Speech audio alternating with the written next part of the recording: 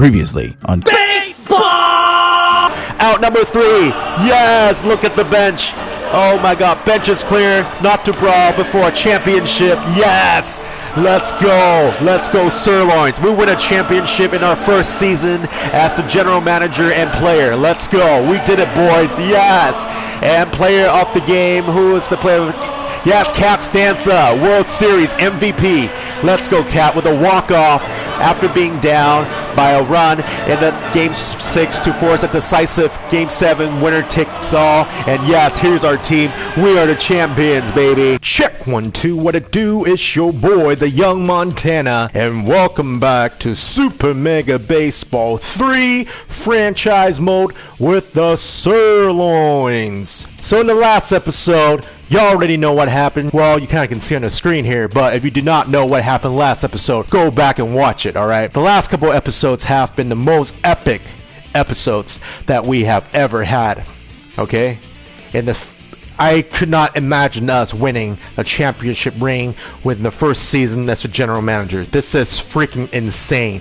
Like, things couldn't have gone any better in our way. Everything had to be perfect. The stars were lining up. We were down 3-2 heading into Game 6, and we came through and we won 2 of our home games. Thank God for home field advantage. In the first round, thankfully, the Blowfish lost to the Herbisaurs, gave up that home field advantage, and we beat the Moose in 6 games. And then we beat the Herbisaurs in 4 games. We swept them.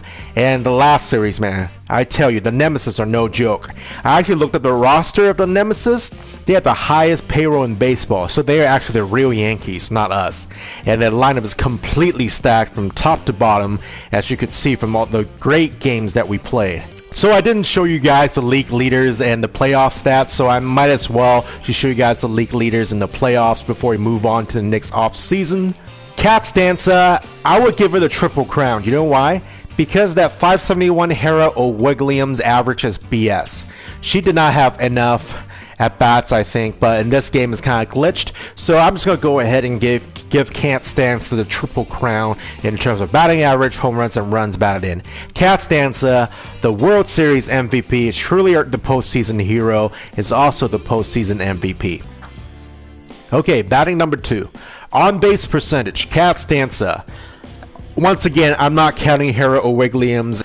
And on base per slugging, once again, Cat Stanza, she's the queen, you know. She leads not only Triple Crown, but like Quadruple Crown, Quintuple Crown, or however many you want to go up to. Batting number 3, Cat Stanza, of course, leading everyone in hits, along with Jackie Slam number 2, and then our Lloyd Cook, captain, with 28 hits. And then in runs, of course, Lloyd Cook leading us in runs. He was a menace on the base paths with all those stolen bases. In one game, he had 5 stolen bases. That was very huge. And stolen bases, look at that. Lloyd Cook, 13 overall stolen bases in the playoffs. Are you freaking kidding me? That is insane. That is absolutely bonkers. Manny Hayata and Damian Rush tied for second, not even close to number 1 Lloyd Cook. That is crazy.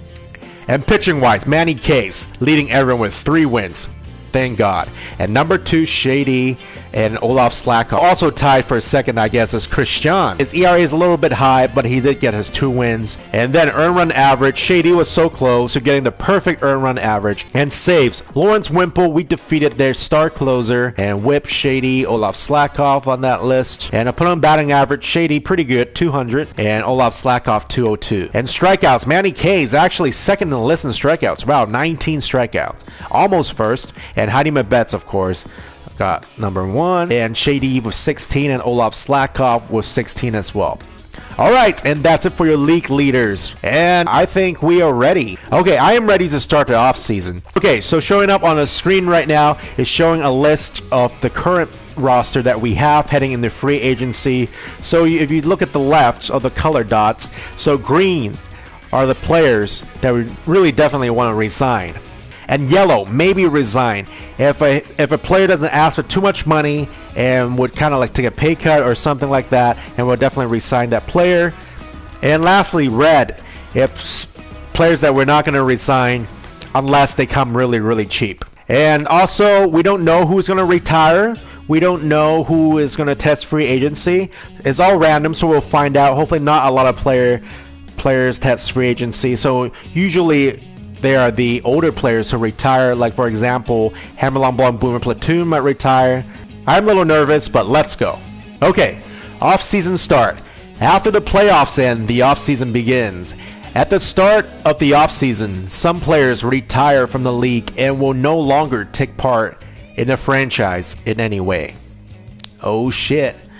So for example, they take the Sirloins, for example, bottom right, so Boomer Platoon, it's retiring, so hopefully that won't happen, because I really like to keep Boomer Platoon. He has been such a great hitter for us, especially he rakes against lefties, a very important switch hitter in our lineup. Hopefully Boomer Platoon doesn't retire. Some players retire from the league and will no longer take part in the franchise in any way. Second, some players resign from the team and become free agents. Okay. And lastly is a very exciting part. So new rookie players enter the league as free agents. So we might sign some new rookie players and put them on our roster, but I might give you guys an opportunity to put yourselves in the game. So if you're watching this right now and would like to be part of this game, leave your character's first and last name and on the bottom, and give me your preferred position. For example, infielder or outfielder or pitcher. All right. And I might add you to the series. We get like a new rookie, and there's no point for me to keep their name anyways, because they don't have like a preset voice to announce their names like my player, and I'll add you in. So for example, last season, Chris John, I added him in by changing someone's name, and he was part of the team because I already knew Chris John, and he watches every single episode. Next, your news feed will report all players that have left your team and highlight some of the notable players that left other teams for free agency.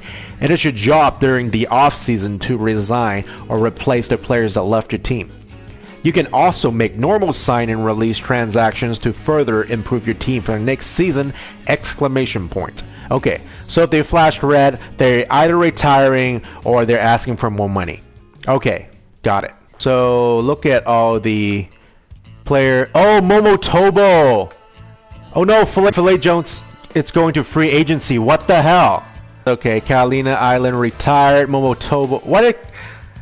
It's just supposed. Look at her hair. Oh, her hair turns white.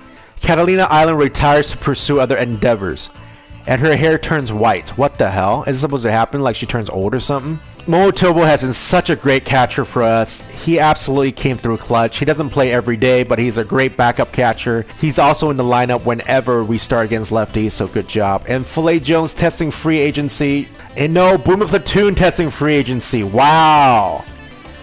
Damn it. We might not be able to keep our team, man. Dingers retires from the league. Really? Rip Dingers retires at only 31? Okay. Frank Battery retires. Marvin Steed retires. Okay, 37. Makes sense. So Hammerlong Ball stays with the team. That's good news, I guess. Holder Close retires to pursue other endeavors. Jerry Cass retired at age 34 with rating A-. And Razzie Dazzler retires to pursue other endeavors, retires at age 32. And so the youngest player retired is 31, I think, and that was Rip Dinger. And highlights of player resignation availability. Oh my god, look at how expensive those people are. And yeah, I'm probably not going to sign them. Okay, I think our first priority is to resign Filet Jones. Filet Jones gets a 8 million pay increase, if I'm doing math correctly. Yeah, 8 million pay increase. Sign Filet Jones. So surplus, goes all the way to 13. Oh, we can replace all the players before we move into free agency. Okay, perfect. Let's just sign Dick Berger then. Can we do that? What the fuck? Oh shit, look at that. Did you guys see that? My game is glitching out. That is not good.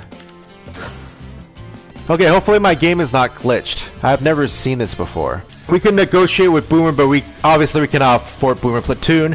So I'm just going to go ahead and release Boomer Platoon for Dick Berger. He costs $2 million less, and not only that, he has more power. Not only power versus left-handed pitcher, but also a lot of contact. He's also a low contact guy, so that might hurt. But he's only 31, okay, even though he has white hair already. He's aging like Chase Utley. Not good, not good. He doesn't age gracefully like Boomer Platoon. Boomer Platoon still got all his color and his beard and his hair and everything. Okay, so let's swap out Boomer Platoon for Dick Berger. Alright, so we got Dick Berger here playing third base instead of Boomer Platoon.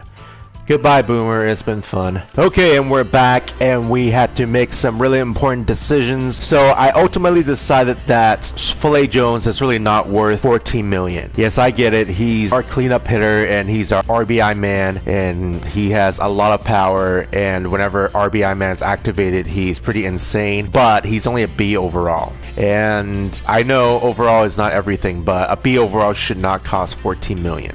This is insane. So luckily, Javi Yatter from the Nemesis was available, and no one actually signed Javi Yatter because of his RBI dud trade. Even though RBI dud is a horrible trait to have, but from the last World Series, I've noticed that Javi Yatter could still hit.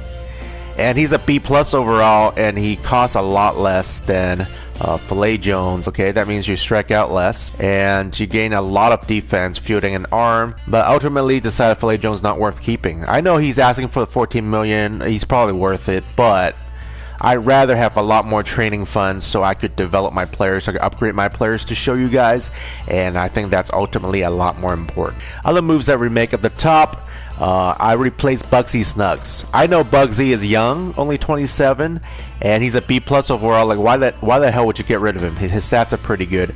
But I noticed that Bugsy doesn't do very well because of his pitch selection. He has 4 pitches. A 4-seam fastball, a 2-seam fastball, a cutter, and a slider. And a lot of those pitches, the movements are very similar, especially his cutter and his slider. No wonder he gets predicted very well. Like in this game, is all about out predicting the AI, so you have to keep switching it up to see what AI is doing. If Bugsy could have a changeup or something, or curveball even, he'll be very good.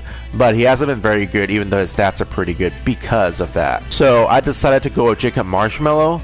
And a lot of you guys might think that, oh, why did you just sign like loser from Nemesis? Like, Jacob Marshmallow wasn't even that good. And Jacob Marshmallow actually have 5 pitches, so I decided to go with him instead. And he's probably only a temporary replacement. We're probably going to replace him.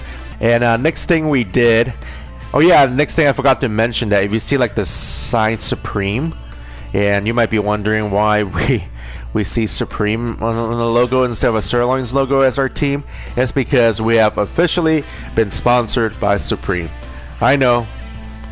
We sold out, but Supreme offered us. Oh, this is not in real life, by the way. This is just in fantasy. Anyways, we sold out and we accepted the Supreme sponsorship. Supreme thought that it might be a good opportunity to support the World Series champions, so they actually supported our team, and I'll show you how the logo looks in a second. So let me show you the complete change that we have made. So I'm going to pull up on the screen what I initially planned to sign and release, and I'm going to swap over to what actually happened. So this is going to stay on the screen for a few seconds. Feel free to rewind a little bit or pause to see the changes. Alright, let's go to my team, and this is a new team, and you can see the changes.